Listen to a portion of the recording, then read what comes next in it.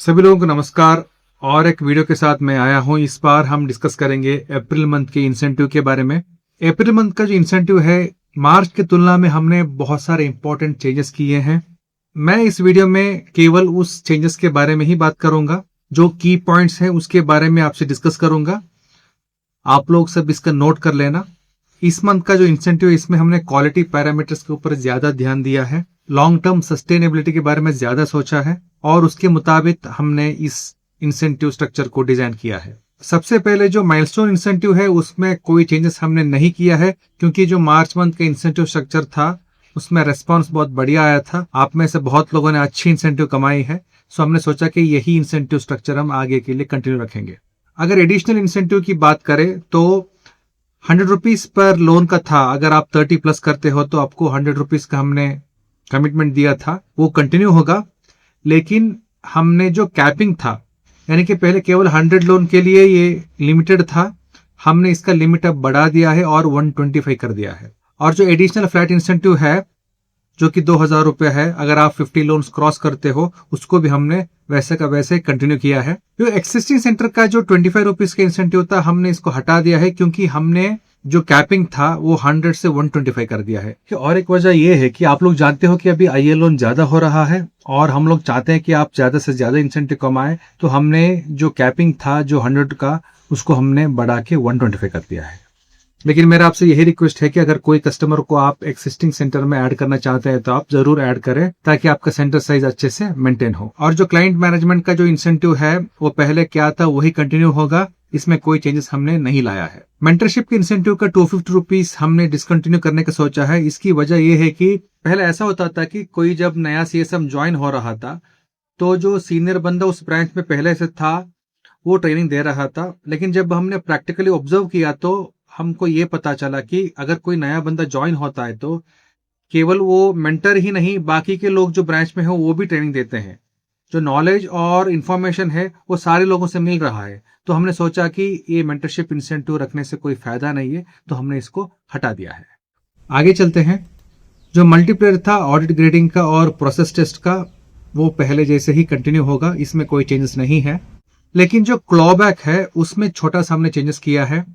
अभी क्लॉबैक का जो अमाउंट रहेगा वो 500 रुपए रहेगा, लेकिन इसमें कुछ चेंजेस हैं। पहले क्या था, पहले ये 100 रुपए था और हर महीने डिडक्ट हो रहा था 3 महीने तक। लेकिन अभी 500 रुपए का केवल एक ही बार डिडक्शन होगा। लेकिन इसमें सोचने की बात यह है कि अगर कोई कस्टमर हमने सोर्सिंग करने के बाद, डिस्बर्समेंट करने के बाद पहले 3 मंथ में ड्यू में चला जाता है, तो हमने कहीं ना कहीं बैड कस्टमर को सोर्सिंग किया है। तो इसको अवॉइड करने के लिए हमने क्लॉबैक का अमाउंट बढ़ा दिया है। देखिए, कोई भी कस्टमर अगर पहला 3 मंथ में ही ओडी में चला जाता है तो वो अच्छा कस्टमर नहीं है। इस क्लॉबैक का मतलब ये है कि हम केवल अच्छे कस्टमर को ही सोर्सिंग करें। अगर कोई कस्टमर पहले 3 मंथ में ओडी में चला जाता है, वो कहीं ना कहीं अच्छा कस्टमर नहीं है, हमने अच्छा सोर्सिंग नहीं किया है, हमने गलत कस्टमर को डिस्बर्समेंट किया है। इसको सही करने के लिए और अच्छे कस्टमर ही सोर्सिंग हो, इसको एनकरेज करने के लिए और गलत कस्टमर को हम अप्रोच ना करें, इसलिए हमने क्लॉबैक का अमाउंट 500 रुपए के लिए बढ़ा दिया है। अगर कोई कस्टमर डिस्बर्समेंट होने के बाद पहले 3 मंथ में ओडी में चला जाता है तो तब ये क्लॉबैक अप्लाई होगा। आगे चलते हैं। हमने एक नया मल्टीप्लेयर इंट्रोड्यूस किया है, एक्स बकेट सीई।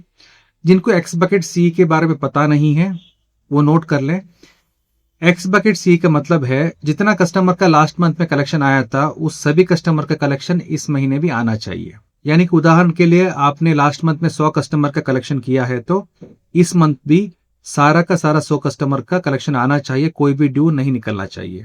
प्लस इस महीने में जो नया कस्टमर का कलेक्शन है वो भी आना चाहिए। लास्ट मंथ में जितना कस्टमर का आपने कलेक्शन किया था, उतना कस्टमर का कलेक्शन इस महीने भी 100% आ गया, तो आपका मल्टीप्लेयर अप्लाई होगा 1.1। यानी कि अगर आपके इंसेंटिव का अर्निंग 1000 है तो आपको मिलेगा 1100 रुपया, यानी कि आपका जो इंसेंटिव है उसका 10% एक्स्ट्रा मिलेगा। अगर 99.75% से 99.99 है तो आपको एक मल्टीप्लेयर अप्लाई होगा, यानी कि जितना इंसेंटिव आपने कमाया है उतना आपको मिल जाएगा। लेकिन 99.50 से 99.75 है तो आपका 5% का इंसेंटिव कट जाएगा। 99% से अगर 99.50 है तो आपका 15% तक इंसेंटिव कट जाता है। देखिए, ये जो इंसेंटिव कटेगा, जो आपने इंसेंटिव अर्न किया है उसमें से ही कटेगा, आपके सैलरी से नहीं कटेगा। अगर 98% से 99% है तो आपका इंसेंटिव में से 20% कटेगा, और अगर 98% से कम है तो 25% तक आपका इंसेंटिव कट जाएगा।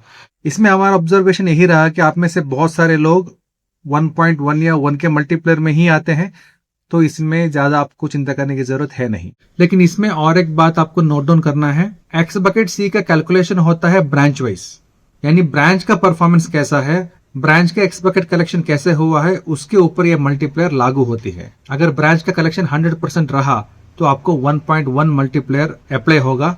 इसलिए आपको एक टीम होके काम करना है और मेक श्योर करना है कि सारा का सारा कलेक्शन 100% आ जाए। बस अप्रैल के महीने में इतना ही चेंजेस हैं। आई होप जो परफॉर्मेंस आपने मार्च में किया था वही परफॉर्मेंस हमें अप्रैल में भी देखने को मिलेगा, और मुझे उम्मीद है कि आप में से कुछ लोग पहले से ज्यादा परफॉर्मेंस करेंगे। आप सभी के लिए ऑल द बेस्ट। अगर आपको कुछ डाउट है तो आप अपने ब्रांच मैनेजर से या एरिया मैनेजर से डिस्कशन करें और क्लैरिटी ले लें। धन्यवाद।